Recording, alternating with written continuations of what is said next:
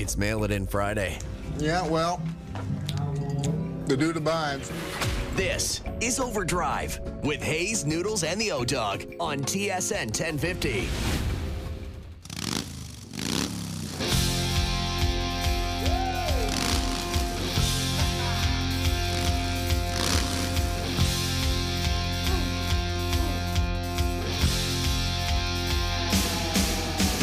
All right, here we go. OverDrive, off and running. TSN 1050 on the TSN app, your home smart speaker, up on TSN 4, up on YouTube Live. Brian Hayes, the O-Dog, Jeff O'Neill, and Jonas Siegel in here from The Athletic.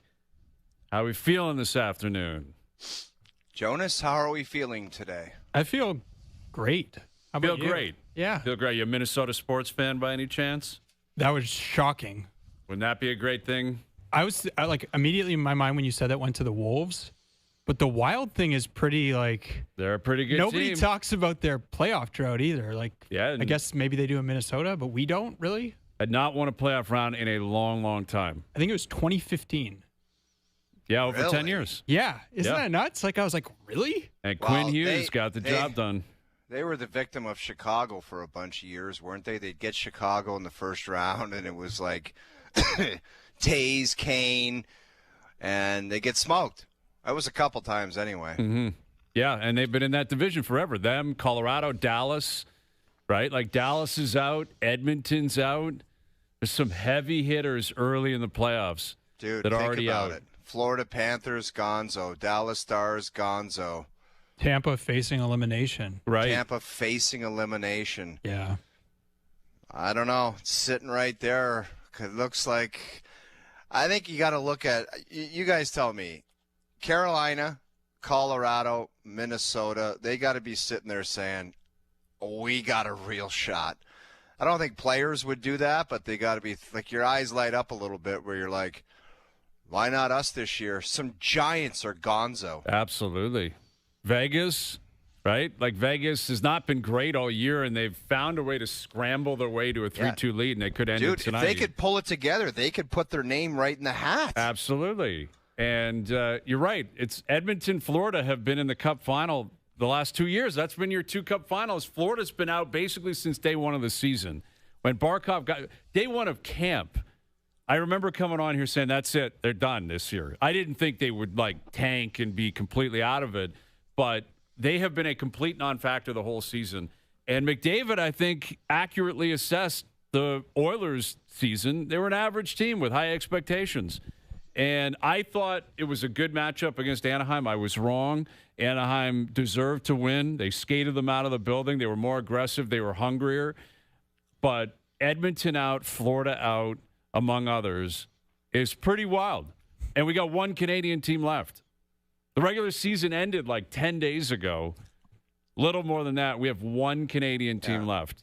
And just quickly on the Oilers, Hayes, I would put them, as far as returning next year, in the same boat as Toronto. If they want to bring that back, that same group, goaltenders included, and think that things will be way different next year, even if they do the unthinkable and gas the head coach, which I think would be insane, but apparently people are like, wow, they never made adjustments.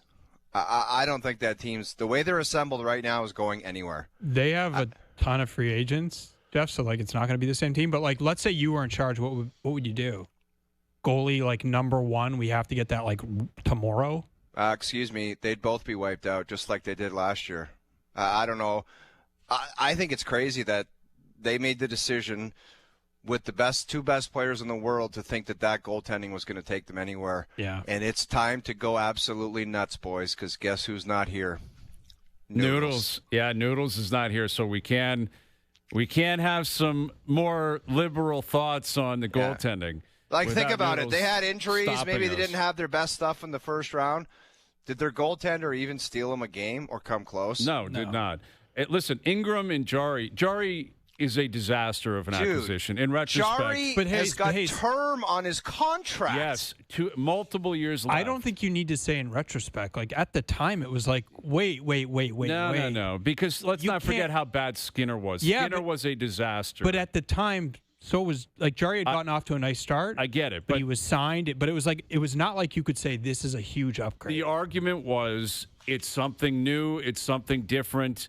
The argument was that's a bad argument and wasn't in retrospect. No, at the time it was a bad. So argument. you were a Stuart Skinner fan at that time? No, but like if that is your choice. Let me ask you this. Yeah. They didn't make the trade and they went out the same way they just went out, but Skinner had been playing instead of Ingram. Also bad. You have to find someone better. Oh, okay, I agree with you. That would have been great to go find somebody better. They didn't, though. Right. They felt like this was the only option we have. I'm assuming that's the where they got to. And they said, we have to do something because if we lose in the first round in 6 games to Anaheim and Skinner's in net, people are going to go nuts that we didn't at least try to make a change. That's Brian, what I'm saying. But so that I'm does not make sense trade. to me at all. That does not make sense to me at all. To go out there and say, we're just going to change Skinner for the sake of changing him and move laterally, possibly even down which horizontally. They did in the end. They did. Yeah. Jarry And was a it's like, disaster. oh, but everybody felt good about themselves for saying at least Stu Skinner's not here. That is insano world in the big leagues, especially with the idea that Jarry's got money left in term at $5+ million. And they're still paying the buyout of Jack Campbell. Is that true? Yes. So they have like $7.5 million in cap tied up to Jarry and Campbell. And Ingram is a free agent. And I don't know what you do with Connor Ingram, but Ingram and Jarry were never going to cut it. The reality is the goaltending was not the reason they're in the position they're in. They defended horribly. Their penalty kill was bad. We got to bring up the big boy. McDavid was not any good. McDavid was not any good during this round. He got outplayed by a lot of players in the series. Compromised physically? Yeah, I'm not saying I'm trading. You know the Connor rule McDavid on because of it. the rule on OverDrive. If you play, I agree with if you play, fine. you put your jersey Draisaitl was on banged up. 100%. I give him like such a benefit of the doubt though for years. I know, and but years he's a and years. part of the conversation. Is my point. Goaltending wasn't great. Defensively, Fair. they weren't great, and McDavid wasn't great. Fair. Right? Like the only reason they didn't lose in 5 or possibly get swept is because Podkolzin and Kapanen showed up and played the way they played, and Draisaitl was really good to the point where they had Draisaitl playing with McDavid. And last night, Knobloch's like, I got to get Draisaitl off this guy's line and get him back with Podkolzin and Kapanen. But that speaks to depth, right? Like their roster wasn't good enough, right? Sure. I mean, again, I think this was easier to predict. Again, look at Florida. Now, Florida had a smoking gun, and that was the Barkov injury.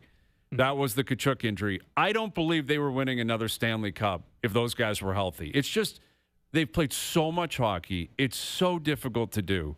This is not that surprising that the Oilers ran into it's incredibly difficult to get back on the horse a third time. That's the one thing that hasn't been talked about and chalked up. Two finals in a row, man. They're out of gas too. Exactly. So were they an average team all year? Absolutely they were. They were lucky they were in the division they were in. That's why they made the playoffs ultimately. But they made it. I think it's going to be in their best interest to get a longer offseason. They were not ever winning a Stanley Cup with this team. Even if you beat Anaheim, this team was not winning another Stanley Cup or getting to a Cup final. So I think from that standpoint, it's probably in their best interest. Yes, they got to clean some stuff up. They might change the coach. Stan Bowman's going to have to own some stuff. The depth players, you mentioned it, and the penalty kill. The way they defend ultimately was the biggest problem they had all year. The problem is you're not moving Nurse because no one's taking him. Ekholm's a year older. Wallman's contract starts and Wallman's next just year. kicking in. Yeah. So you're committed to these guys, and they're not going anywhere. So that's the Leaf element. Now, Bouchard is different because Bouchard's a great player. Mm-hmm. And you have Bouchard, and he's young, and he's still capable of playing. But you look at the connection to other teams who missed their window.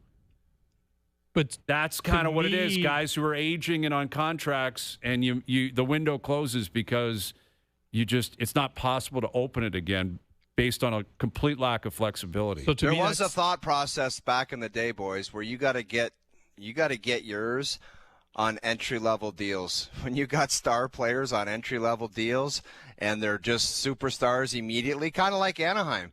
Anaheim's probably thinking right now, we got to try to make some hay here in the next couple of years, because a couple of years after that, then everybody wants big money and they got to ship guys out. It's so tough to win when you got guys in your 30s all making big bucks. You have no depth. Can I ask you guys a question? So we heard Yes. from McDavid. You like? I like to You ask could just you. go and ask us. No, I just Go want to. ahead. I want to make sure. We're ready. So when McDavid signed that extension last fall, right? Basically, the whole thing was, I'm signing this with the intent to try to win. If you're him, do you still think you can win there? And Well, if not not, the way things are right now. what does that mean? That is a deep and heavy I know. question. That's why I wanted to ask. Couple things And I on think that. we do, before you go, Brian, we kind of got to steer away from a team gets beat out of the playoffs, and all of a sudden we got to ask if their star player is going to come back. I think in this case it's fair because that was literally the whole conversation about him signing Well, the it extension. seemed like he took the discount with a mandate saying, you better put a damn good team on the ice because I just took 12 sheets and other guys are making Correct. 16 and 17. Yeah, so a couple things on that. Again, I don't think McDavid is overly surprised by this. He's disappointed, but Are you playing the role of Connor McDavid? yeah, I'll play the role of Connor McDavid. Am I disappointed? Of course I am. I think what he's more disappointed, I think when he gets to the summer and gets up to Muskoka and sits on his dock, he'll say, I can't believe I didn't win that gold medal game. That's what I think actually, in a way, things even more to I that. thought you were going to say, I can't believe I didn't wait to sign the extension. No, I think it's I can't believe I didn't win that because he knew when they flew to Milan in February, this Oilers team not cutting it this year. Not happening. So I think it's an even more of an emphasis on the fact that he could have got one, he could have grabbed one, had it in his back pocket. But when you sign, I guess that's a separate question. If he had not have signed the extension before this Would year, he is there sign a it? chance he leaves? That's a very different conversation. Now that it played out the way it played out, could he have possibly looked at July 1st differently if it was a UFA? I would say the answer is definitively yes. I'm not saying he would definitely leave, but I think what is a legitimate debate or question and concern, I would say, in Edmonton is over the previous 3 or 4 years. Sure, there was a team you could look at like Florida, maybe Tampa, maybe Vegas, maybe Colorado, like 4 or 5 other teams where McDavid might say, if I plant myself there, I have a better chance of winning. Nothing's guaranteed in pro sports. Yep. But if I place myself there, but Edmonton wasn't like 15th on that list or 17th. Like they've been a really good team with McDavid. Really good, even if you took them off, they're still likely a playoff team. Not going to a Stanley Cup final in back-to-back years.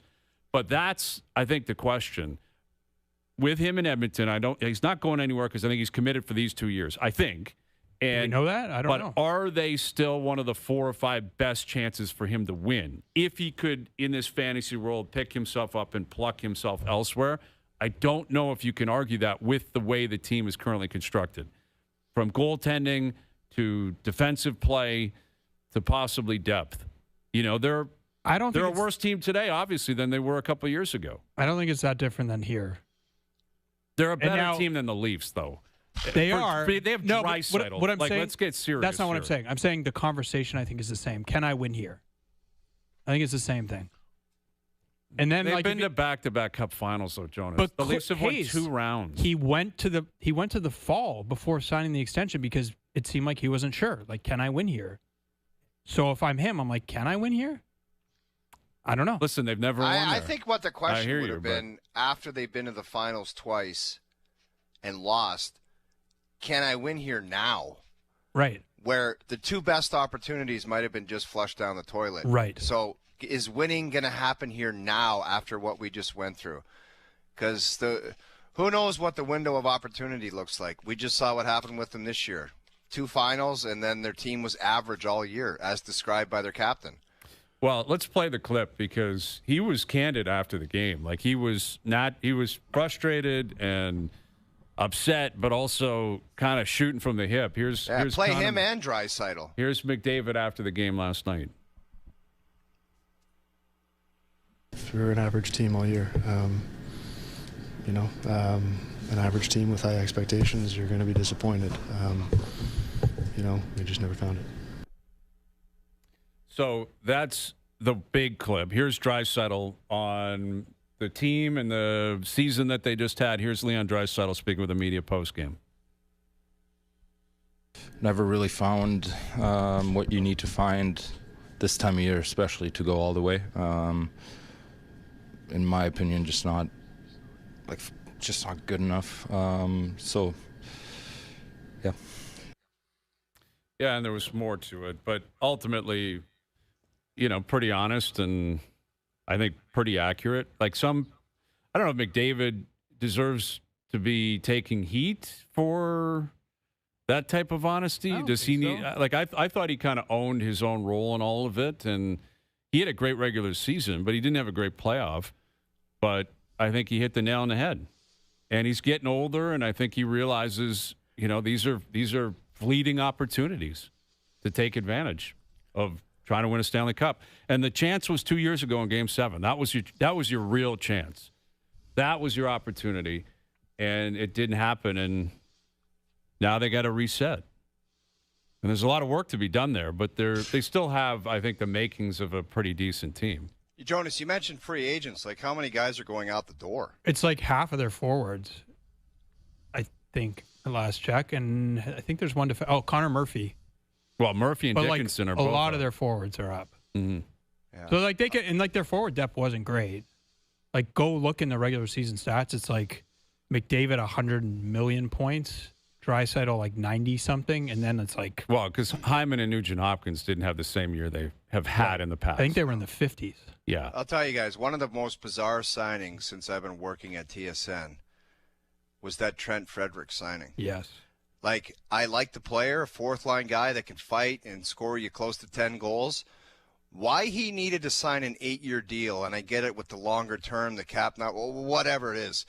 But to bring that guy on board for 8 years, I don't even know if he played in the playoffs, did he? He played 4 games. He was playing, but he it was wasn't a scratch effective. a few times, too. Yeah, so it wasn't effective. Would he have said no to a 3-year extension? I don't get it. Like, that's what I never understand about this stuff. You had to give him an 8-year deal? Well, and I don't know, that's man. where the management is taking a ton of heat. The Jari acquisition and the Trent Frederick signing. And the Holloway and the Broberg. And Holloway and Broberg. Those are your big ones. And Holloway, I believe, has just signed an extension in St. Louis. But those were 2 young, homegrown, developing, really quality pieces that you just let go for literally nothing, for draft pick compensation that wasn't even that good. It was just a horrible decision in retrospect. But, ultimately you look at it, tough night for the Canadian hockey scene because I would have to believe Oiler fans are watching Vancouver Canuck fans are watching Quinn Hughes, and it's just the crying game watching this guy play. Because I saw Marty on Jay last night, and he had the stats on the puck possession numbers for Quinn Hughes. He has had the puck on his stick 8 more minutes than anyone else in the Stanley Cup playoffs. 8, and they're in the first round. The guy's, watching him last night, he's got the puck the whole game. And he battles and fights. He fights for position. He gets pushed around a little, but he's not a big guy. But he gets in the corners. He doesn't run from the heat. Incredible talent, man. He's an incredible unbelievable player. And what a trade by Minnesota. Is that the greatest midseason trade we've had? I don't know. We'll see the payoff about in the end. Yeah, we'll see if he stays. We'll see if they win. They could get spanked by Colorado, and we may have a different viewpoint of everything. But it's as of right now, running. it looks like a can't-miss Grand Slam trade because they've got other young guys, and they've got 2 goaltenders they trust. We'll see what those young prospects turn into and what the pick turns into in Minnesota. But ultimately, this is the danger when you trade a guy like that in his prime it's almost impossible to get reasonable return. It's almost impossible. But Hughes was so good, and he scored the winner last night. And they're off to play Colorado in the second round, and that is going to be a banger. Like seeing that guy at the World Juniors, smallish, jersey looked gigantic. And I looked at him like, I don't know how that guy's going to play in the NHL. Very small. Defenseman. And he didn't, shine that much. And I was like, am I missing something here? I don't know. Scouting's my worst event, I guess, because I saw that. And then you see what he is now. He's the best player in the NHL right now. In the NHL. Yeah, I mean, in terms of impact in the first round, I think he had the most of anyone, especially the challenge, going up against a Dallas team that is that good. And for them to beat them in 6, and him, I think he had 8 points in the series, just a phenomenal run and a phenomenal player in his prime. And he was great at the Olympic Games, too, and that was a big difference, too. He wasn't there at the 4 Nations, right? If he's there at the 4 Nations, maybe everything changes a year and a half ago. But Minnesota through. We got 3 games in the Stanley Cup playoffs tonight. We got Game 6, Raptors, Cavs. It doesn't look like Ingram's going to play. He's been downgraded to doubtful. I'm not holding my breath. I don't think he's going to play. So Ingram's out. Quickly's out. Scotty Barnes is going to play, but we're not quite certain if he's at 100%. It's going to be a tough one tonight. Sam Mitchell will join us in studio in just over an hour. The Kentucky Derby this weekend, so pucks and ponies with Eddie Olczyk coming up. Eddie on the Oilers loss last night. What do you expect out of the 3 games tonight? And who are we betting on at the Derby? Is there a possible Triple Crown winner here? Right? Eddie's This is your favorite show. This is your favorite segment of the year. I love when Eddie comes on. Because Eddie has so much great insight on horses. And he starts talking about trainers. Oh, yeah. And how he wheeled around and saw him at a barn somewhere and took a peek. And always different air. Yeah, breathing different air. He's always got the sayings that are just like so perfectly suited to the horse racing game. So Eddie O is coming up, and we have new video that has been sent our way that we will reveal. I'm thinking at 5 o'clock. I think we let this just breathe a little bit. Yesterday, Jonas, I'm sure you heard the unfortunate news. If the chips don't fit, you must acquit. Okay. So there was a thief among a little commercial shoot yesterday.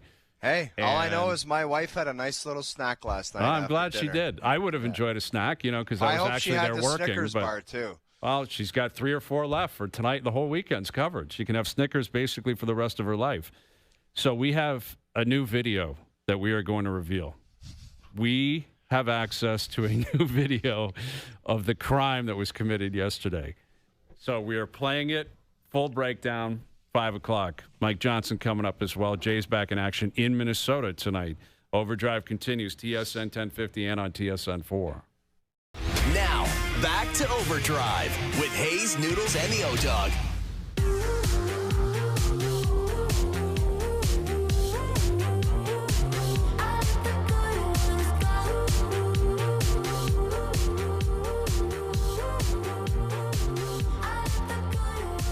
All right, Overdrive continues, powered by FanDuel, bringing you more ways to play your game your way. Eddie Olczyk coming up in a few moments. Pucks and Ponies with Eddie O. We've got the Kentucky Derby going tomorrow. And we got the Jays in action tonight. They got pumped last night. Gosman against the Twins. It's like a weird, I don't know what his vibe, he just doesn't have a good vibe there. That wasn't the issue, though. The bats were cold again. They didn't generate enough offense, but back at it tonight. And the Raptors back in action this evening. And it doesn't sound or look as if Brandon Ingram is going to play. But I'd rather know that going in. Like, if you're just not in the game, don't come in and try it and then pull the shoot. Screws with everybody on the bench, too. They're like, oh, our guy's going to play. And then, oh, there he goes. And it's just an emotional roller coaster for the rest of the team. Yeah. Like, come in the locker room before and say, boys, I'm in tonight, no issues, or just don't even put your gear on. Either way. One or the other. I agree. Pick a lane. Is it wrong to say that they've actually kind of played better without him at times? Well, when he's been healthy, he's been terrible. Right. He hasn't shot it well. No, he's been awful. So, yeah, I mean, they won I wouldn't say in spite of him, but in Game 3 and Game 4, they won. He didn't contribute nearly as much as Barrett did and Scotty and I would say Murray Boyles. And like Game 4, he hit that big 3, but that was because CMB crashed the board. It was a great offensive board and kicked it out to him. He hit a shot. But ultimately, he hasn't been great. And that said, if it's a shootout tonight, he's the guy that can do it for you. If you're chasing the game in the fourth quarter, he's a guy that can get hot. I don't know if they have enough guys that can do that without him. That's the concern, as he is so talented and he has the ability to take over a game offensively. If you've got Jamal Shedd and Jacoby Walter trying to hit big shots late, you're in trouble. And that's what happened at the end of the last game. Exactly. And it was brick and after brick. And he may shoot bricks too, but he's got more of an ability to get hot and get you back in a game. I talked to my NBA insider connection this morning, and they fully support Ingram because I was questioning some things. And the word I got back was complete baller. Loves ball 24/7. Like all in support for Ingram. And I was like, okay I'll take your word for it. I like that. Listen, he had a really good season. Yeah. Really good season. It just, the playoffs have not gone his way. He's not the first Raptor to, like, DeMar DeRozan was famous for that when he was here. Like, really struggled in the playoffs. But, yeah, you got a scenario here with the Raptors. You got to find a way to stay alive, and you're going to have to win a game in Cleveland, which is not something they've ever done in the playoffs.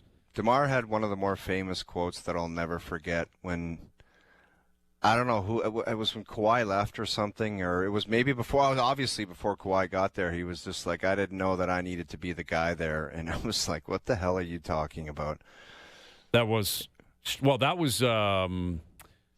Or was it that Pascal? Sorry, that Pascal was Siakam that Siakam. said that. Yeah, after he had signed a max deal, he's like, well, Yeah. no one told me I was the guy. Yeah. Like, well, the contract you signed would kind of indicate that. And the fact that they're running plays for you. Yes. I think no there one told me I needed to be the guy. Yeah, I wasn't aware of that. I think there was a time where James Harden said after one of his meltdowns that the ball just didn't find him. Yeah, come on now. I don't know. Got to find me, man. What's going on? What's going on here? So Sam Mitchell on that and more coming up. How about the Knicks demolishing Atlanta last night? I loved your tweet. Am I hallucinating, or is the score 83-36? I legitimately couldn't believe it. Like, I was looking at the app. I was on TSN, and I saw it. They were up by 53 at one point in the first half. And I'm like, that's got to be a glitch. Like, someone's falling asleep here. Like, whoever's running the app, that can't be possible. And then I flipped on the game. I'm like, it's possible. Like, they are actually demolishing Atlanta 83-36 in a closeout game. Like, the Hawks are playing for their lives. What do you think that locker room sounded like at halftime? Could you imagine trying to be a hero and stand up and give a rah-rah speech? Boys, we're not out of it. We're going down with a fight. Let's play for pride in the second half. Something that did not happen. They did not play for pride in the second half. No. It gets to a point where you're not bringing much. Yeah, you've had enough. Effectively, You've had enough. So Sam Mitchell in about an hour. Habs Lightning tonight. And what we saw last night is the two teams that were up 3-2 and the night before in the Philly scenario close the door before you even get to a Game 7.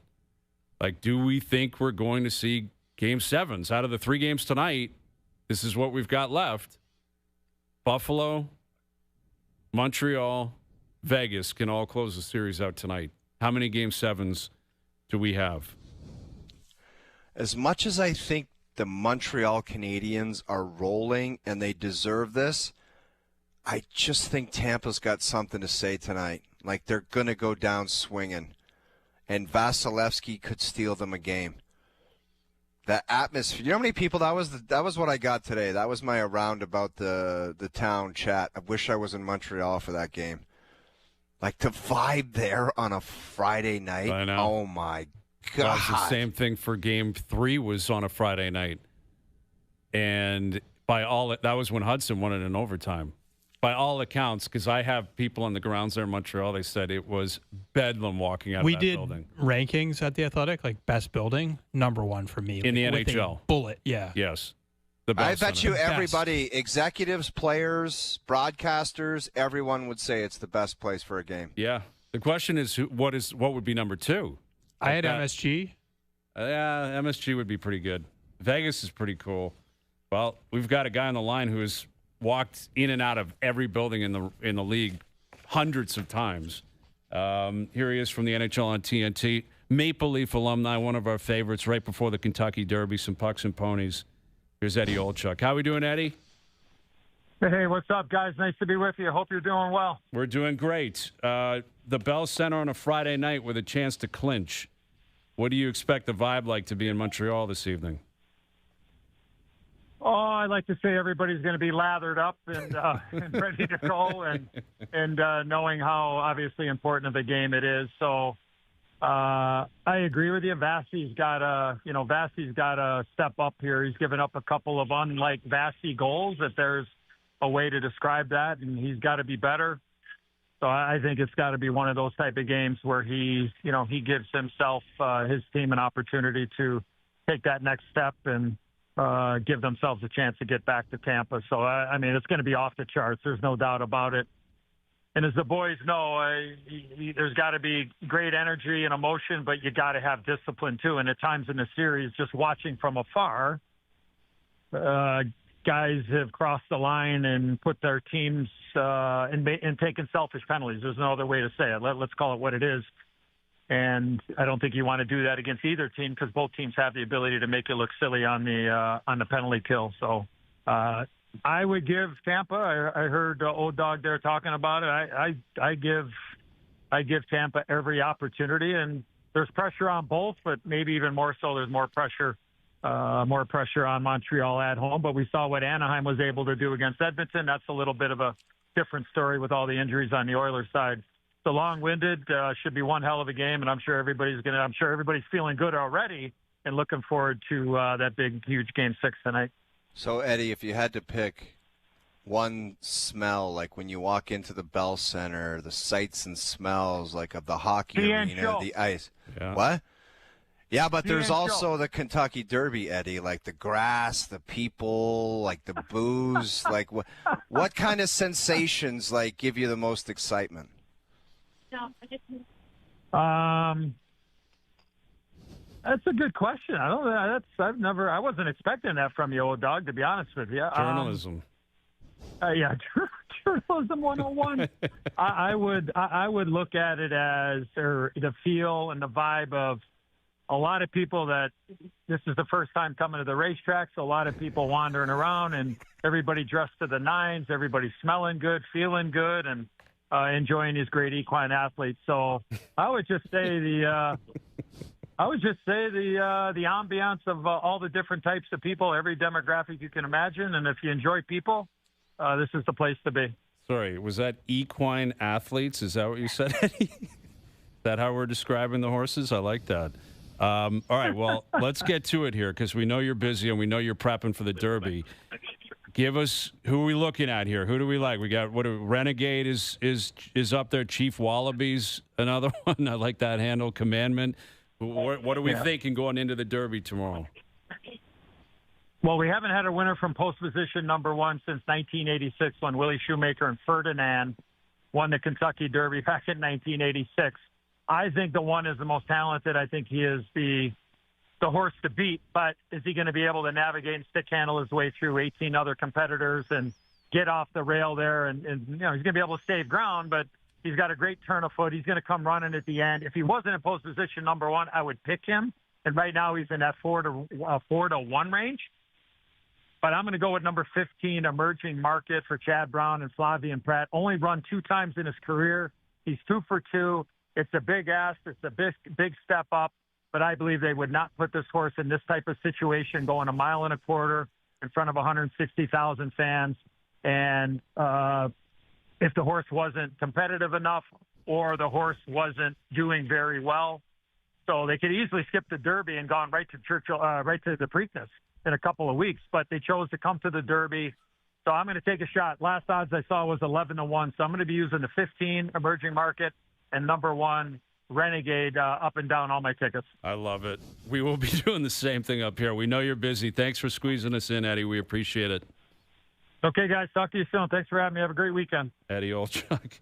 He's literally at the track working for NBC right now. Dude, I know. He's got like a Duthie World Junior notebook in front of him about equine athletes. Equine athletes. Dude, your eyes lit up like dinner plates when he said equine athletes. These are phenomenal equine athletes. Yeah. And by the way, I just had the general question, like what sights and senses kind of get you buzzing? It's the horse, like it's the track all day. He stalled and he's like, well, Bell Center's pretty, like he wanted to pounce and say, like his favorite thing on earth, I think, is walking into as soon Kentucky as he gets Derby. out of a town car and touches his feet on that pavement and the track's in sight, that's his that's his jam. Disney man. World for him. It's paradise. Yes. Churchill enjoying Downs. these great equine athletes. These great equine athletes. So he's on the 15 horse Emerging Market, and he likes Renegade, but Renegade's the post position, but the early favorite. What do you think of that, Jonas? You okay with those tickets? I was thinking, like, what are the odds? Does it say the odds on FanDuel? Yeah. Well, again, they're updated constantly, but the 15 horse is about 15-1. He said he got it closer to 11-1. Renegade's at like 4-1. Renegade's the favorite right now. But as Eddie said, it's been a long time since someone, in the one position actually won the race. So All I can think when you try to talk about horses is Kramer and Seinfeld. that's the greatest. That's all that I can hear. The greatest ever. Lots I of wish I slop. knew more about it. I just don't. But there is something very unique about the track. Like being there and being there for big races. Like I go to the King's Plate every year. It's an incredible atmosphere. Like it's such a cool party. I don't know anything about any of the horses, but Do you read the book and then not think, really. okay. I mean, ultimately you're looking for long shots. I go in there and I just try to bet long shots and hope they hit because there's only so much money you're really going to put down anyway. Anyway, thanks to Eddie Olczyk. We appreciate it. All right, we got new video from the heist yesterday, okay? We're going to play that in about 20 minutes. You have any questions I like on that Jonas? your video came out the same day as the White Horse Correspondence dinner video. Did you see that video? No. There's a video of the person coming in.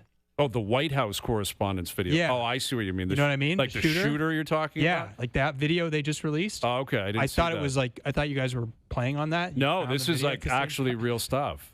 Like this happened yesterday. Somebody was the Sticky Bandits kind of cruised through Copetown Woods yesterday. I gotta say, I really respect Jeff's thievery. He didn't just take one thing; he took literally everything. Well, and here's what is. Nah, there's some troubling. There's a circle back that is damning. But the sign of a seasoned thief is you don't take everything.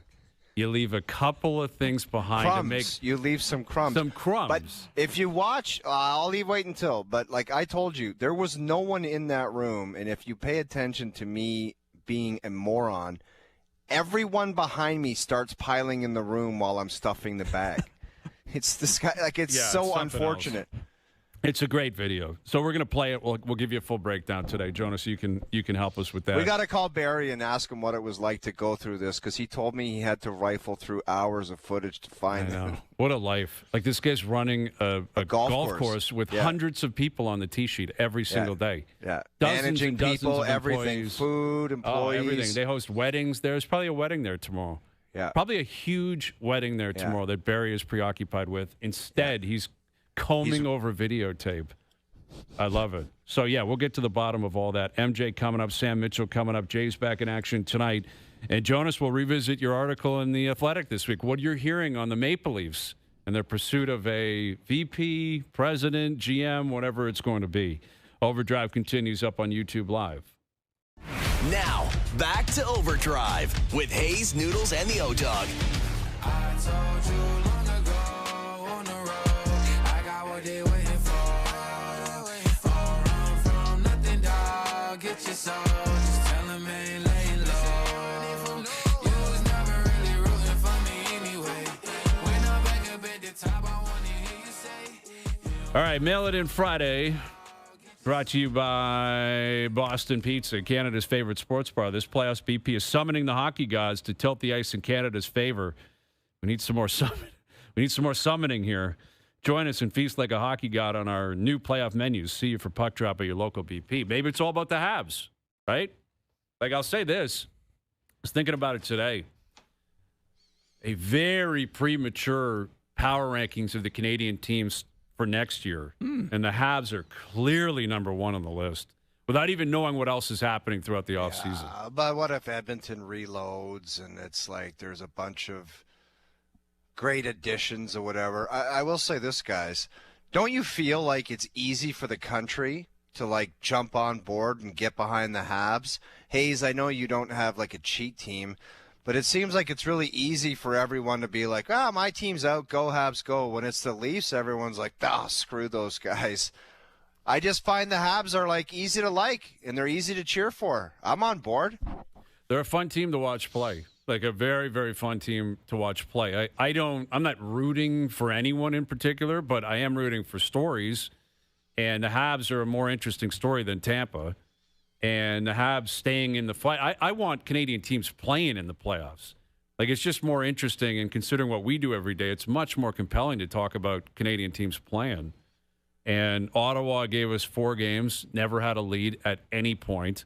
And the Oilers the whole series, it felt like they weren't winning. It never felt promising. They came back and stole game 1, really. Kapanen scored late. They tied it late. They could have easily been swept. Easily been swept by Anaheim. I would agree with that. So it was not at all surprising they lost.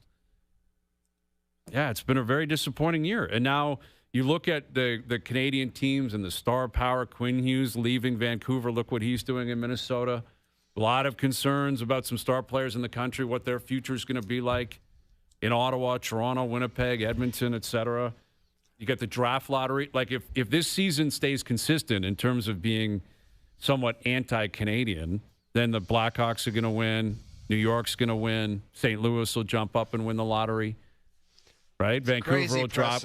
Calgary will drop. It's been a bad year. We lost, we lost at the Olympic Games. The men and the women both lost to the U.S. It's been a dread. The Spengler Cup's canceled, apparently. Like, nothing is coming up Canada heads are right falling now. Off. It's a dangerous precedent to be happening? set, and it's a crappy one for fans. Like, the new gig now in the National Hockey League is guy signs a 6-year deal. Like, 2 years out, it's like, are you coming or going? Where it used to be like down to the wire trade deadline. Is he staying? Now it's 2 years out. Is this guy gone? Like, if he informs them he's not doing an extension, it's going to be the Quinn Hughes scenario around the league. Sucks for the fans if good players are gone with 2 years left. Yeah. Yeah, you're but right. That's the way of doing business now. It used to be like deadline. Is the guy going to resign or whatever, traded? Now it's 2 years out.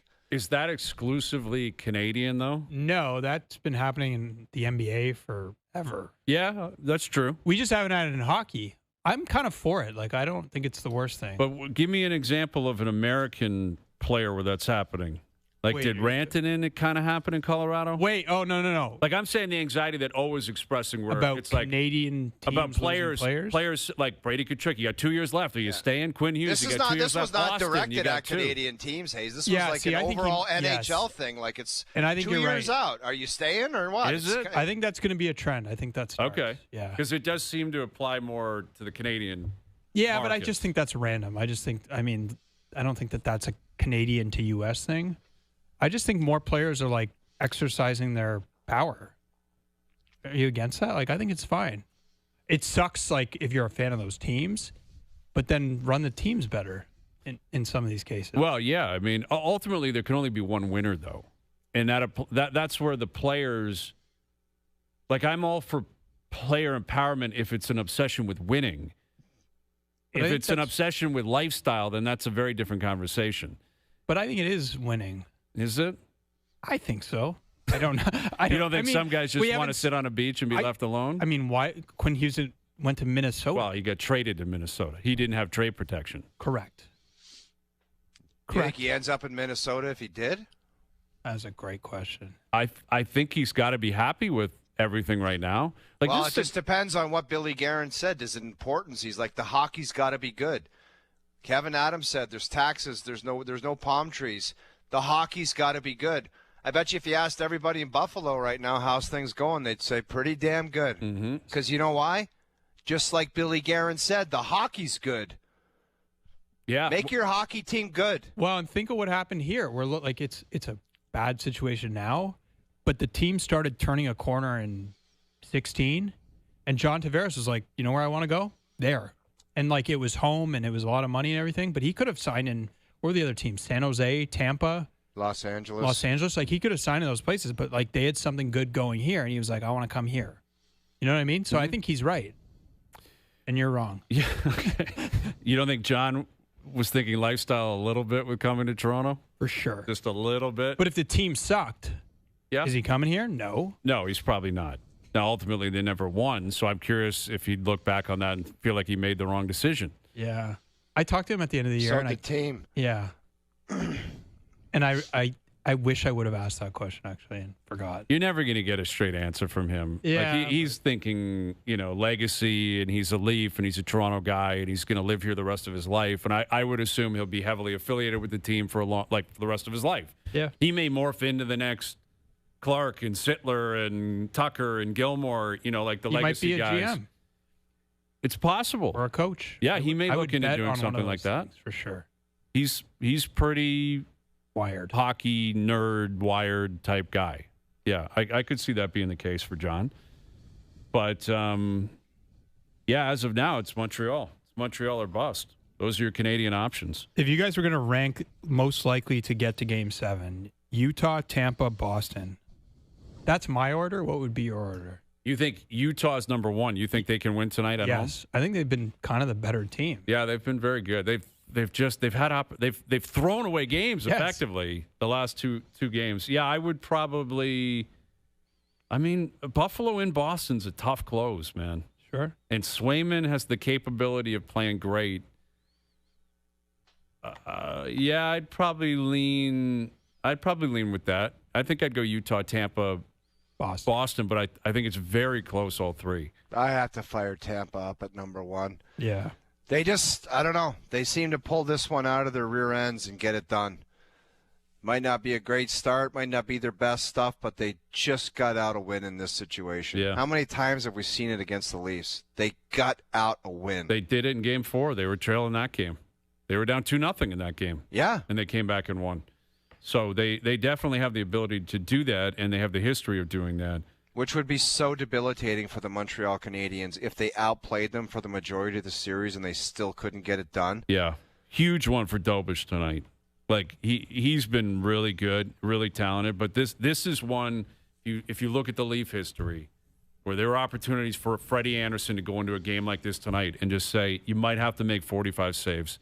And I know it's asking a lot, and it might be unfair, but you're capable of doing it. Never did it. And or just don't give up that one goal at the wrong time. Like, that too. But there have been lots of examples of goalies who have had in closing game. Like, look at Darth Vladar the other night. Yeah, it's like, we're not losing tonight, and I'm just gonna stand on my head. And that'll be an interesting one in Pitt because Malkin was speaking today, and he wants to stay in Pittsburgh, but he said if not, he's going to play somewhere else in the NHL. So we'll get into that more with Johnny and Sam Mitchell, and we've got an updated version of the heist yesterday at Copetown Woods. So we'll play it, and we'll break it down. OverDrive continues, TSN 1050 and on the TSN app. It's Mail It In Friday. The plant called and said if you don't come in tomorrow, don't bother coming in Monday. Woohoo! 4-day weekend.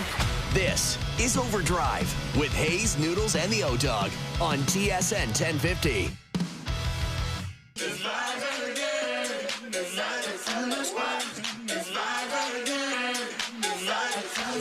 Hour 2 OverDrive continues, powered by FanDuel. Brian Hayes, the O-Dog, Jeff O'Neill, Jonas Siegel in here from The Athletic.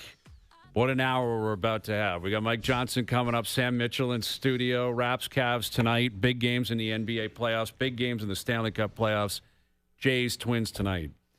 But before we get to all that, Jonas, yesterday, O and I had the esteemed privilege of shooting a bit of a commercial and a promotional thing. We've got an event coming up that we're going to announce next week.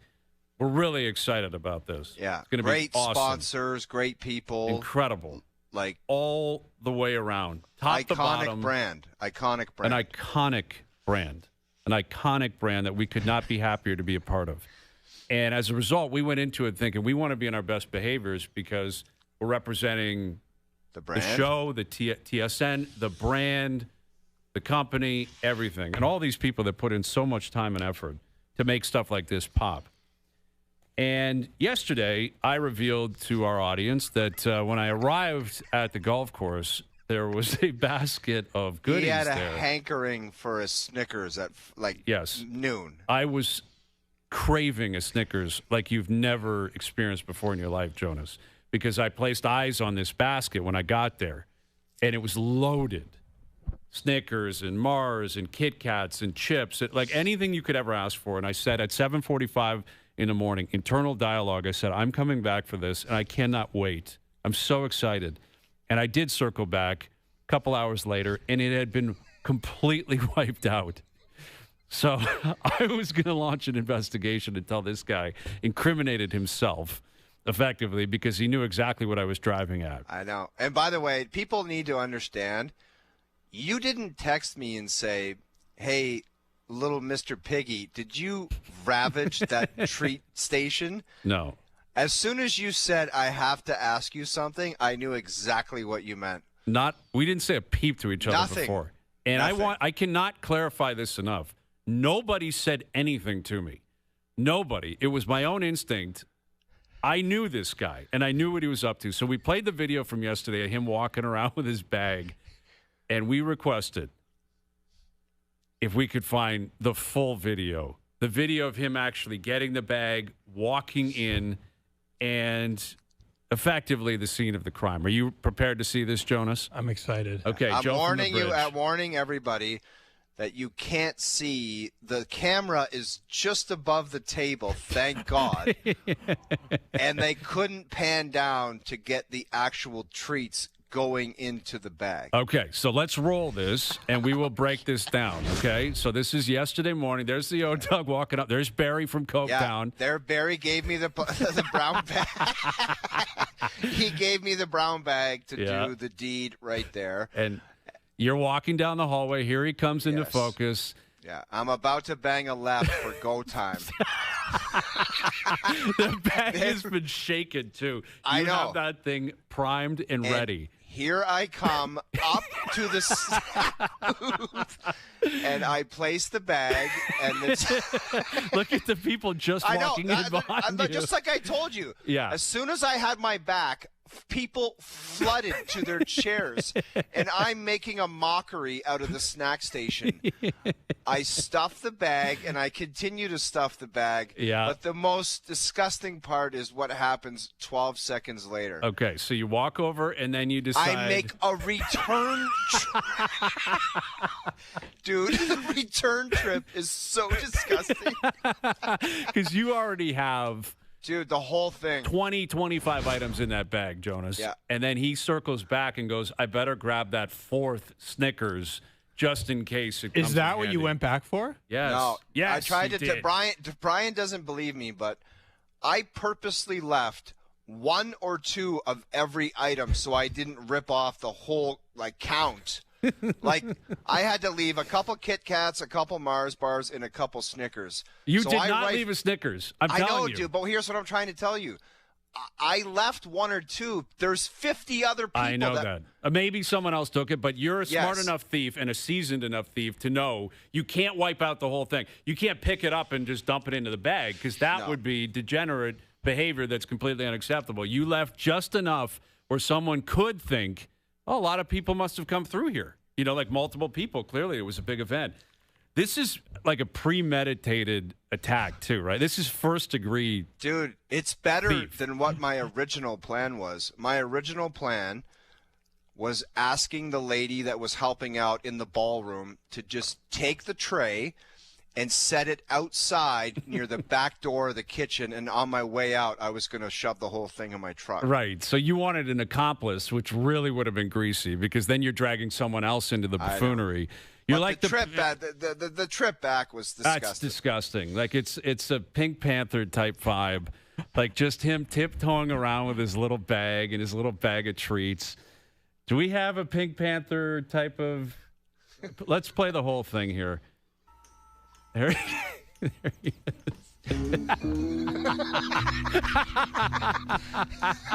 Look at him with the bag open. Already prime. Here he is. Just tiptoeing on the ballroom. That's where weddings take place, Jonas. Dude, I know. People say I do right there. People talk about their son, their daughter, their best friend, and I am scoffing chocolate bars into a bag. And I promise you, the turn back is... Look at the Pink Panther coming back for one more Snickers bar. That he didn't look around. He wasn't worried about what anyone thought. Dude, do you think I cared? The only reason I did it is because they were untouched. I'm like, no one's using this, so I'm going to take it home for my wife. I love that you went to request a bag to get it started, and you Barry had that must thing have open. thought like I got some golf balls or something Right. and needed to just or taking some food. I don't know. Yeah, well, that's maybe what he thought. Hey, we got a couple of croissants, like things that have been baked that won't last. You know, like it's got to go to someone. Perishable. Yeah, exact perishable items. There you go. Hey, here's something like maybe take a couple of croissants. We know your wife's maybe hungry. You got the girls at home, whatever it is. There's no way Barry thought you were going in there to clean the place out of chips and chocolate bars and peanuts. We gotta do a giveaway. I love it, man. With Barry, we got to get together and do an Instagram giveaway with Barry, possibly a foursome at Coketown Woods, and every golfer gets a Snickers when they tee off. I love that idea. Yeah, I think that's a good plan. So there's more to this. We're going to package all this stuff together. All the evidence is going in. And it reminds me of those videos like people have in their houses when the raccoons are like walking along the that's what it reminds me. That's exactly what it is. Yeah. That's trying to get into the garbage cans. Yeah, except they got in this case. And this guy got into it. Yeah. That's precisely what happened. All right, joining us here on the Maple Toyota Hotline, here's our TSN hockey analyst, Mike Johnson. There he is. How you doing, Johnny? I am so good. I have loved watching the security footage leak out as Jeff O'Neill somehow levitated / tiptoed around with a nondescript brown paper bag. Could have been anything in there. Could have been. Very scrutiny. Johnny, You're right. Be quiet. No transparency. Barry, the general manager of the whole golf course, gave me a crappy bag. He could have gave me a nice golf bag or something. He did me dirty, man. I love it. I love this. It was so appropriate. It was. It was just tremendous. Tremendous. How did you ask for the bag? Like, what did you tell him you needed it for? Dude, you think I'm a rookie? I'm a seasoned professional at doing this. Like, I just said, hey, bud, can I get a bag? And he's like, anytime. Oh, dog, whatever you need. Yeah. There's your bag. Play it cool, man. That's guy, it. He's a cat burglar. He's a snack burglar. Like this guy. You know, yeah. The fact that he was so comfortable, like a seasoned pro, stop and chat on the way out right after the heist. Check in with the lady. It's like, hey, how we doing? Okay, have a great day. Like nothing's happening. Meanwhile, I just pilfered the whole snack section. Impressive stuff. Ocean's 11. Johnny, before we get into the hockey stuff, Johnny, if you saw a little treat tray that was just not being touched, and once again, this is for my family, okay? This is not for me. Would you not just say, hey, I'm going to go take all that stuff and bring it home? Not touched. No. Okay, thank you. We have these trays like on trade deadline day. Do you like just scrape the table after on your way out and take everything that's there? That's precisely what's been happening. And that's what he's been doing, Johnny. I guarantee you he's done that multiple times. Because you're right. There's like tables full of stuff. And I'll walk out of there at 4 and I'm like, those are all gone, but I haven't seen anybody eating any of these. And you guys have no idea. When I was on my candy run, you have no idea how many Fuzzy Peaches got in, like the bags of them that were in my dressing room. I can't imagine. I can't imagine. But we're gonna piece all this together, and we'll put together a little. I don't know. I wish you had leaked me the video, and I could have done a whole athletic investigation. You should. Well, that'll be next because now this guy he's at large still, right? He's on the loose. I mean, this guy, something else is going to happen. He makes a lock career up your of this valuables. Kind of stuff. Absolutely. All right, Johnny. So the Edmonton Oilers are out, and McDavid was quite candid after the game. Said average team all year. Average team. Never found it. Couldn't find it. What do you make of his kind of position in all of this, and how much you make of kind of what he said and his breakdown of the season and furthermore the game last night? I give him full credit for being so candid because he's right.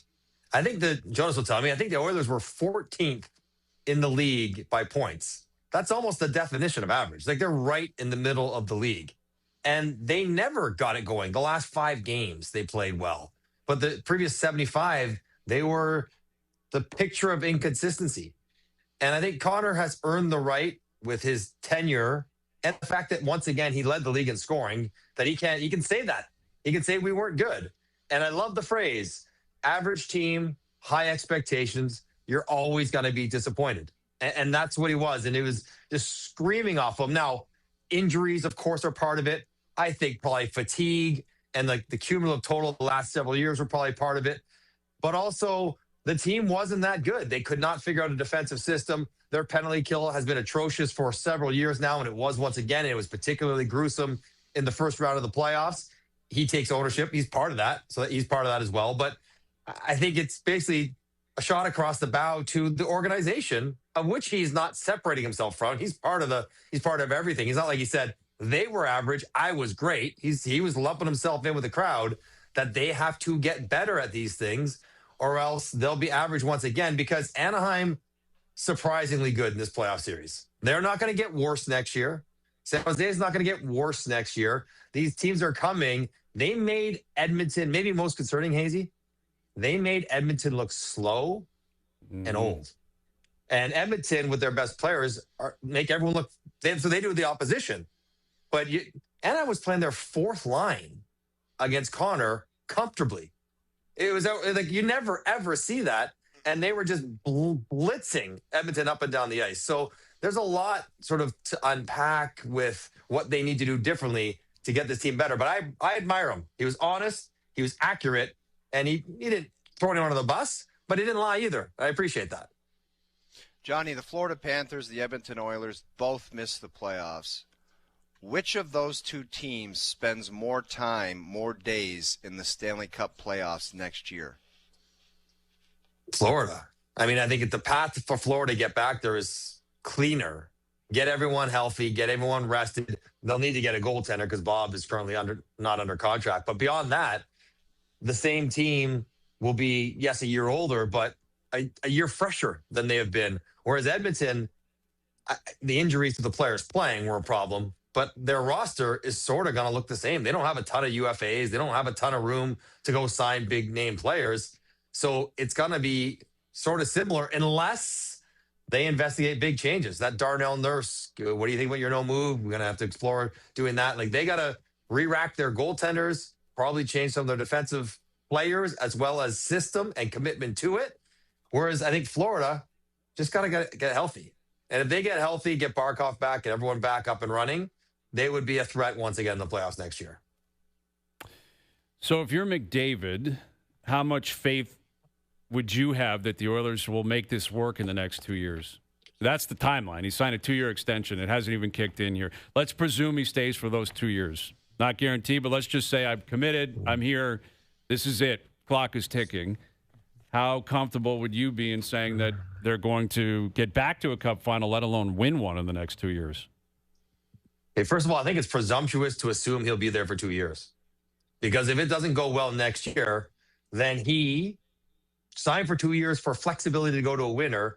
And if Edmonton's not on the course to become a winner, then that conversation would happen. Say, like, I'm not going to stick around. That's why I didn't sign an extension for 8 years now.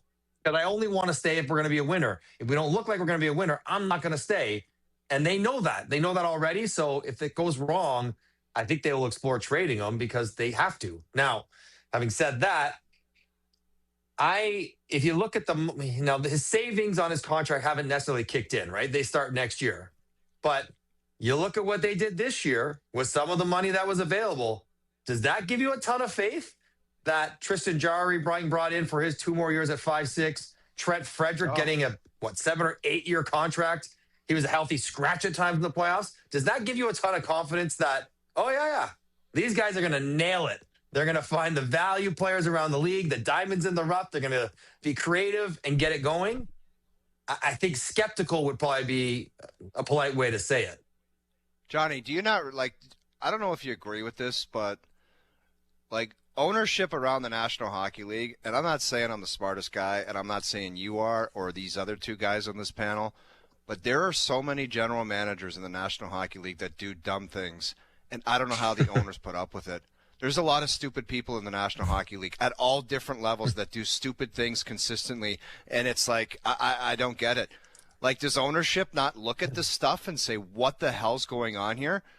I mean, you dive deeper into the numbers, Johnny, and you know contracts, term, and everything, and I look at it with more of a simplistic approach, but there are so many stupid decisions made by dumb people and dumb executives. I have no idea what the hell's going on. I find it shocking, to be quite honest with you. These are high profile, the best league in the world, man. I'll be a parent here. I would say probably not stupid people, but tons of stupid decisions. Right? Now, there are pressure points in these decisions, trades, commitments. But I also don't, depending on the organization. So let's say, you're the GM. You come to you say, okay, I'm signing Trent Frederick 7 years. Is the owner supposed to know better than you? No, your assistant GM is supposed to slap you in the face and say, what are you doing?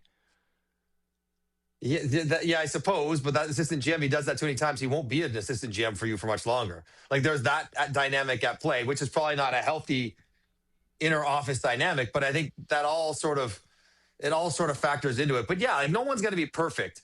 but you can't miss badly frequently. And I think you could look around the league and see, and this is not Monday morning quarterback. We could talk, like, I think I was on air with you, when Trent Frederick signed, and I almost fell off my chair. And I said, it's not that Trent Frederick can't be a good player. I just don't know why we're giving fourth liners 8-year contracts. Like, I don't understand why we would do that. And I don't think you need to do that. Now that, so this is not something sort of looking back. This is in the moment. There's some of those questions were raised. Sometimes you're right. Sometimes you're wrong. But in these teams that are so close to the cap, in their window to compete, the punishment for missing badly is significant. And in the Oilers' case, I mean, franchise-altering significance on these decisions and what happens this summer heading into next based on what Connor McDavid may or may not do with his own future because of what the team around him looks like, because of the decisions of the management team that you are so fond of. It's going to be the reality. Well, so Mike, Jeff actually made a great point about this, that we might see more stars basically saying, I might want to go somewhere else before my contract is up. Do you think that's good for the league, or do you think that's harmful for the league? I don't think it matters. It's probably case by case, but I think the NBA has big players moving all the time. Doesn't seem to hurt their league. I think player empowerment and players deciding where they want to go and not sort of sitting and taking a situation just because they happen to be under contract. I mean, teams have no problem asking guys with no moves to get traded. Nobody has a problem with that being a problem for the league. So if a guy who's under contract says, I don't like it here, move me somewhere else, I don't have a problem with that. And motion and activity in the league is good. It's interesting. Changes the dynamic. I think one of the challenges of the last 7 years in the NHL with the flat cap, COVID, all that stuff, is the league was very stagnant. And the conservative nature of hockey players. They don't like to change. They don't like to bet on themselves and go short term and do what Connor just did or what Austin just did. That's changing, and I don't think that's a bad thing at all. I think that opens up more possibilities and keeps Jeff's favorite management groups accountable. They don't have 8 years. They might have an 8-year contract, but they might have 2 years and hit before he says, this is not working for me. I want something different. Shouldn't it put more pressure on the players, though, to make sure they perform? They're going to make those demands? Both. Yeah, because if you're going to use the NBA analogy, which is accurate, players, if they demand out and go somewhere and they don't win, the player gets hammered. Like LeBron gets hammered if he doesn't perform well. Look at Durant right now. Exactly. Yeah. But that's what I'm saying. In the NHL, I don't get that impression. It's like, well, it's a team game. He only plays 20 minutes. Sport's different, Which though. one are we doing? We know it's different. No, I get it. But then, if the teams could win because a great player played, Connor won the Conn Smythe. His team didn't win. The hell else is he supposed to do? Well, what about this 6-game series? Why aren't we talking about how he played as opposed to what Stan Bowman did? Because he had one leg. He's hanging on one leg. The first 2 games he had one leg? No. The first game he didn't play well. He got hurt in the second game. He got hurt or whatever. Third game, and he had 7 points in 6 games. Not great, but wasn't great. No, he wasn't great, but he was compromised, and he probably gets a pass because of what he's done in years past. But hey, I know I get it. The more movement you demand, the more things that you ask for, the more pressure should rightfully so fall on your shoulders. 100%. Now, I probably am more sensitive to winning it all because unless you're a goalie, any player can't really will a team to win it on his own. But you got to play. You got to score. You got to defend. You got to make saves, whatever position you play. That 100% is fair. And maybe that's some of the reasons why hockey players don't change teams. They like where it's comfortable. And it gets less comfortable the more you move. Yeah, if you move somewhere else, the folk like that new market's excited to have you, but they're thinking, okay, you chose us, so go out there and perform. And it's a great story if they pull it off, but we'll see. I mean, Quinn Hughes is pulling his weight. Quinn Hughes was phenomenal. He was awesome in that series last night. So good, boy, so good. Man, he's good. So Johnny, in saying this summer, how many significant players would you say would be changing addresses in the offseason? Via trade? Yes. No, not many. I don't know. A couple? Over under I don't even know if that 2.5. many. So is Morgan Riley what you consider a significant player? Of course. Oh, okay. Okay. So if guys like that are sort of prominent players with salaries that got to move, I'd say 4.5. I'll set the line at 4.5, and you could pick it. Darnell Nurse, Morgan Riley, whatever, guys like that. Sure. Maybe some people out of the Rangers, whatever it might be. There might be some movement there. Yeah. I think the cap will allow some flexibility. And some of those guys, though, might get moved for each other, problem for problem. And hopefully the problem becomes less of a problem in the new spot. But yeah, there'll be some bodies moving around for sure. All right, Johnny. Big games tonight. Big weekend. Let's hope we get at least one Game 7, right? That's what I think we're all rooting for here. Let's get a few Game 7s if we can. So enjoy them. Jerry's enjoy percentages, real quick. Of the 3 games tonight, which one is the most likely to go to Game 7? Montreal? Utah. That's what Jonas said. You and Jonas, 2 peas in a pod. Yeah. You guys are both horny for Utah. Yeah, they've been Very good. Something. Okay. And Mike, protect your They should have pantry. won the Just keep an series. eye out. Yeah. Yeah, they should have by now. Keep your eye on the locks pantry. on all pantries for O. Just make sure you got video. We'll play it. All right, Johnny. We'll see you next week. All right, fellas. Cheers. Mike Johnson joining us here on the Maple Toyota Hotline. Red Tag Days are here. Check out the Toyota Tacoma and Toyota Tundra pickup trucks, both available as hybrids. Visit Maple Toyota right near Canada's Wonderland, the Maple Auto Mall. All right, Sam coming up. Sam Mitchell on Game 6. Are the Lakers starting to get nervous? They're up 3-0. It's 3-2 now. They're looking to close out that series. So we'll catch up with Sam and what happened with the Knicks and Hawks last night. The Nuggets are out, and Anthony Edwards not even playing for Minnesota. What does that mean for Jokic and his legacy? That more coming up. Best bet still to come. OverDrive continues. TSN 1050 and on TSN 4. Now, back to OverDrive with Hayes, Noodles, and the O-Dog.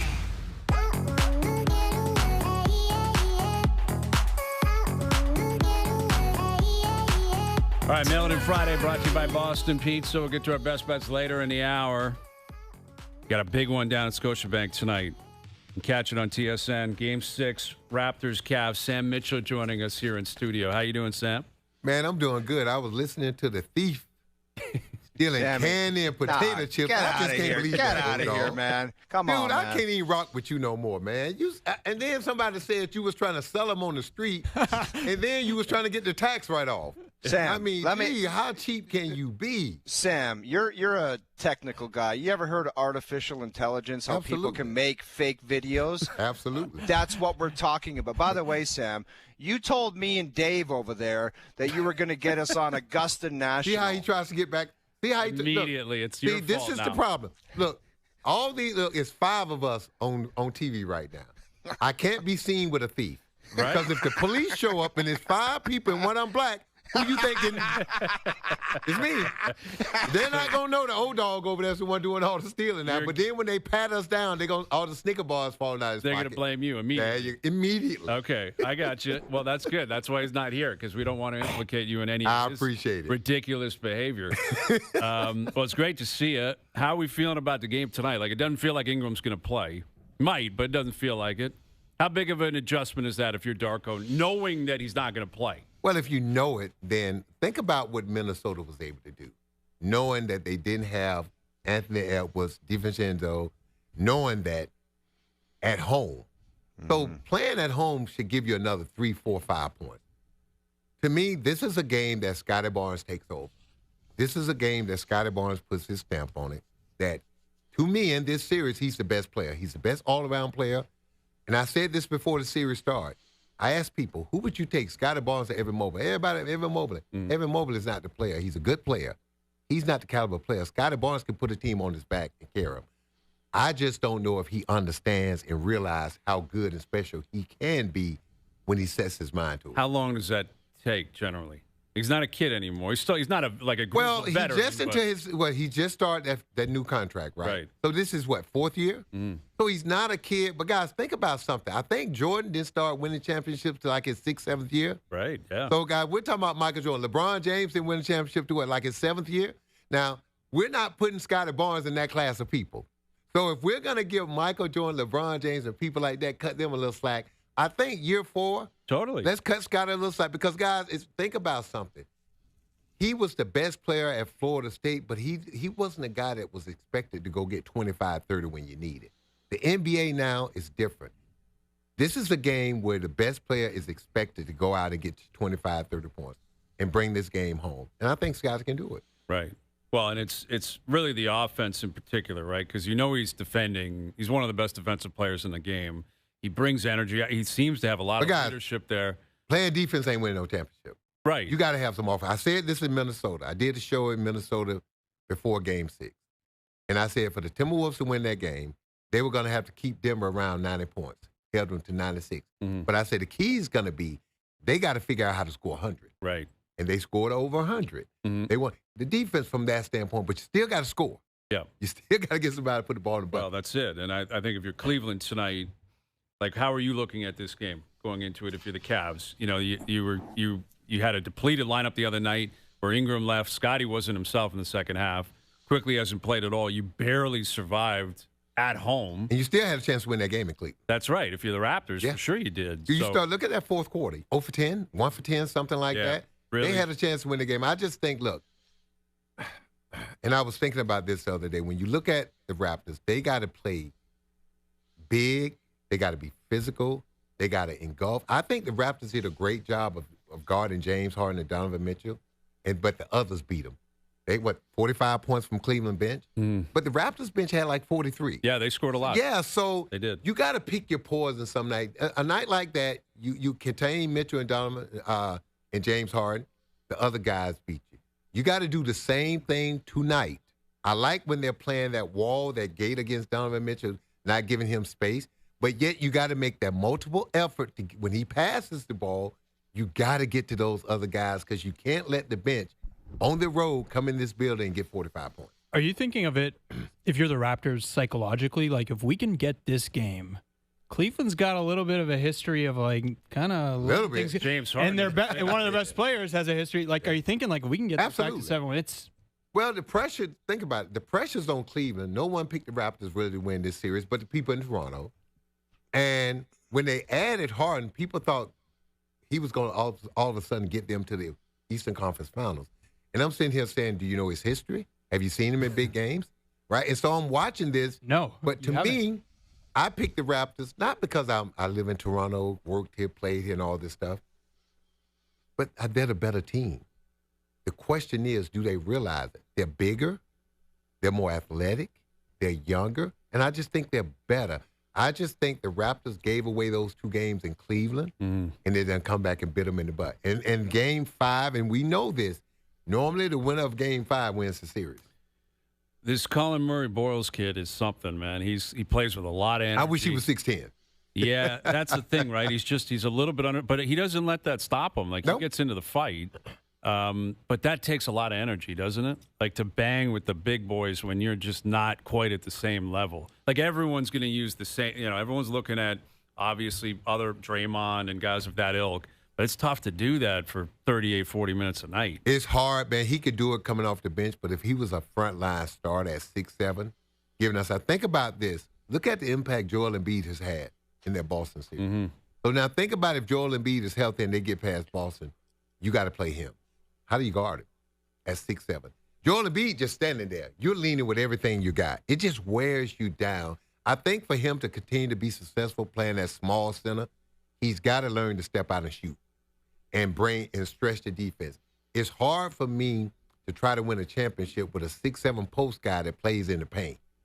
He at least got to be able to create spacing so that it can open up the court for other things. Right. Sam Mitchell in studio.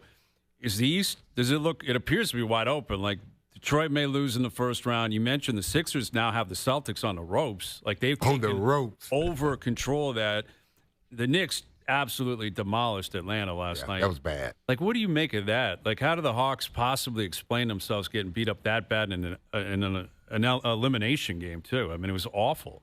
Man, if you're the Hawks after that game, you got to go back and sit down. And you're happy that you won in the play-in. No, you're happy that you made the playoffs.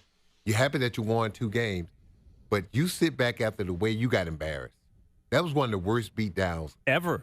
I was on the plane last night watching the game, and the flight attendants was talking about it. One of the flight attendants was from New York. Yeah. She was like, Coach, have you ever seen? I ain't never. And I was in the arena when Kobe scored 81. Right. And I ain't never seen nothing like that. Right. Dude, it was just a complete meltdown. So I think if you're the Hawks, are you 61 points worse in a playoff game when you know everybody playing their hardest, right? Think about this. The playoffs, I know this. Everybody playing their hardest. Everybody's locked in and focused.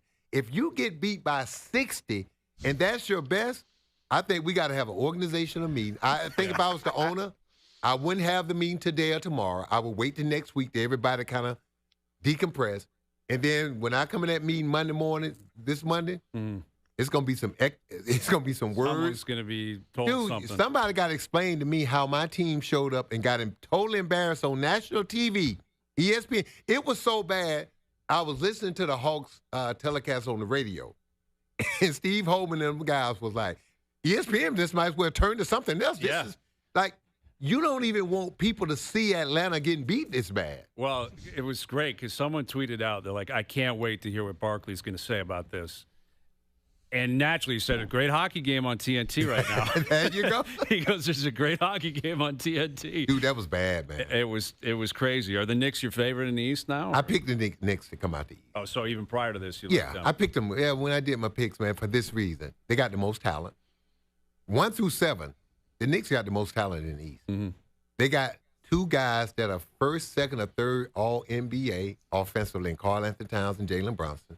And then OG Anunoby, to me, is that guy. He may be the best player in the league that's not an all-star.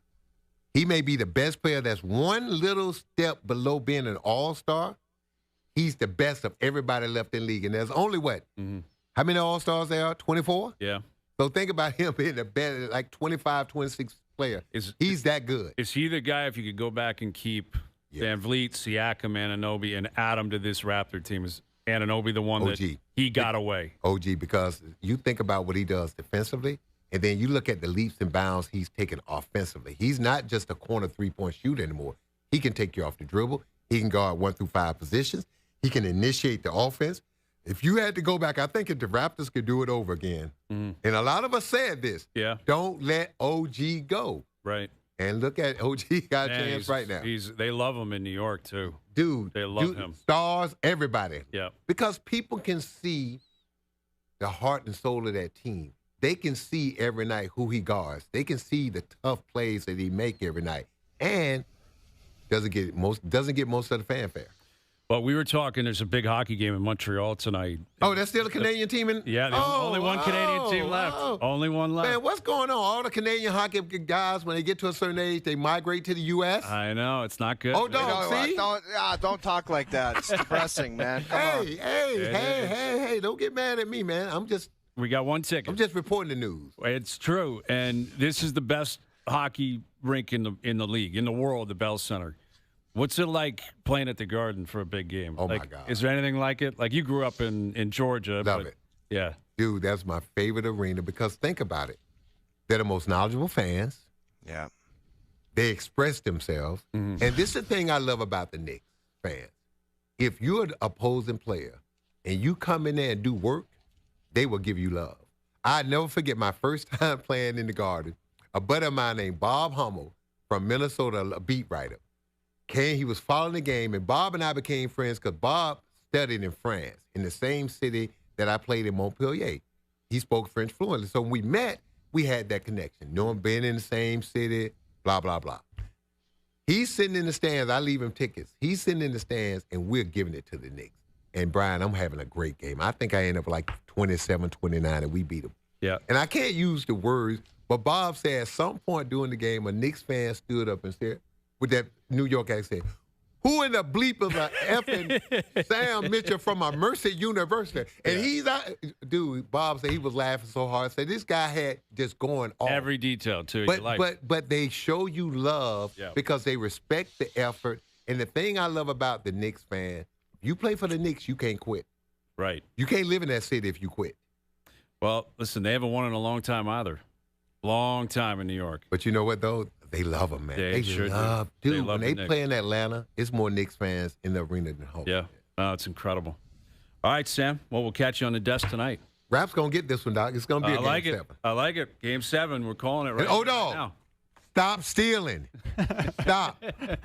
If you're hungry, call me. I will feed you, player. See you, player. There is Sam Mitchell, our NBA analyst on the panel tonight. Overdrive continues up on YouTube Live. Now, back to Overdrive with Hayes, Noodles, and the O-Dog.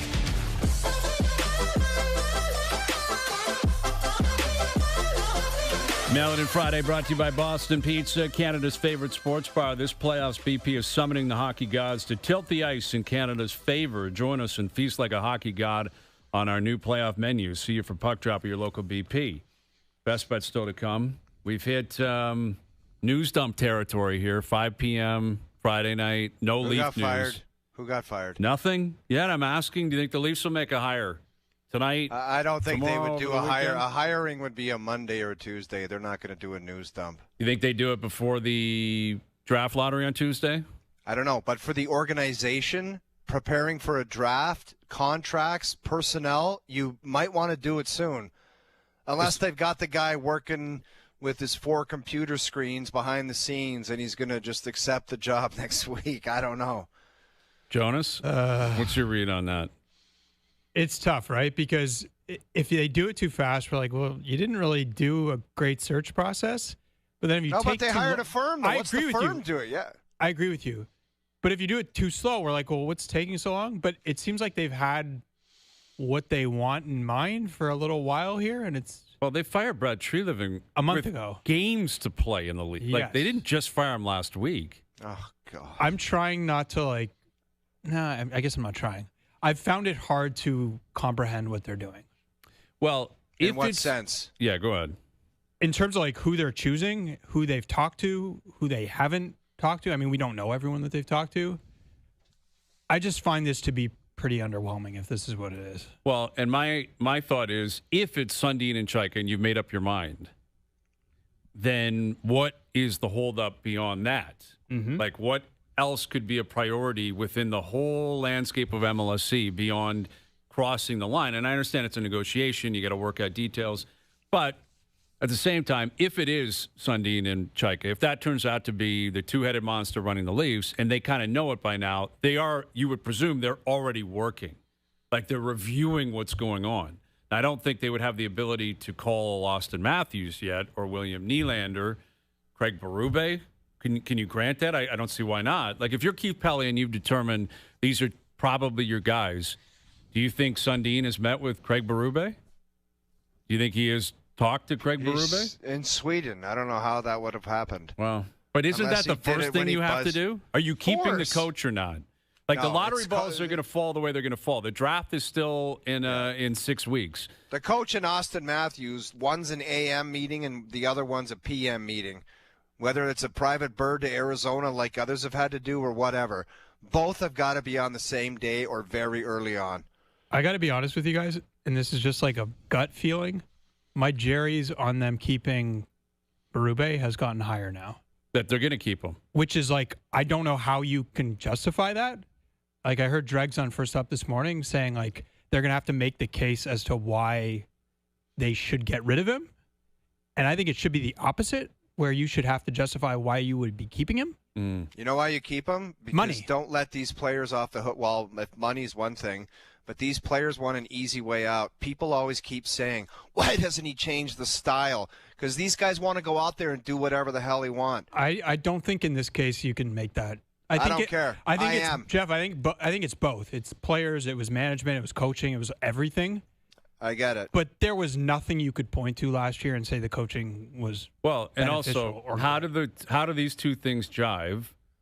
Have to keep Matthews and Nylander, have to keep them healthy, have to win, or keep them happy, have to win, but also you've got to keep Berube. You understand what I'm saying? Like, oh, if your argument is, well, those guys, they need to prove like that they're willing to go through a wall for the guy. If they've proven that they're not, or they can't, or their style isn't conducive to what he is trying to do for them, you can't have your cake and eat it too. You can't claim Matthews and Nylander need to pop, we need to win, but I'm not changing something that's clearly an issue because of spite out of you guys. Do Because you think guys, that this roster, even with some additions, can possibly win and be like a serious real deal? How is a coaching change not on the table after the season they just had?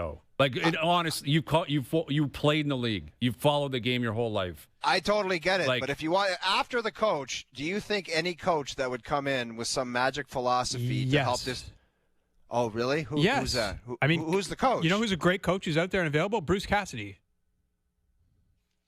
Like, look at his record. Like, everywhere he goes, they win. Everywhere he goes, they're great defensively. They keep the puck. That makes a difference. Like, I don't know how much a good coach is worth. Is it worth 10 points? Is it worth 12 points, 15 points? It's worth something. It's worth something. Look at Coach of the Year this year, Lindy Ruff, Dan Muse. Yes. Up for the Jack Adams. Who's John the third? Cooper. John Cooper, your boy. 3 teams in the East, which is kind of interesting. No teams in the West. Yeah. But, I don't know what they're going to do with Berube. I don't know. I just really don't know how these are the 2 best candidates, honestly.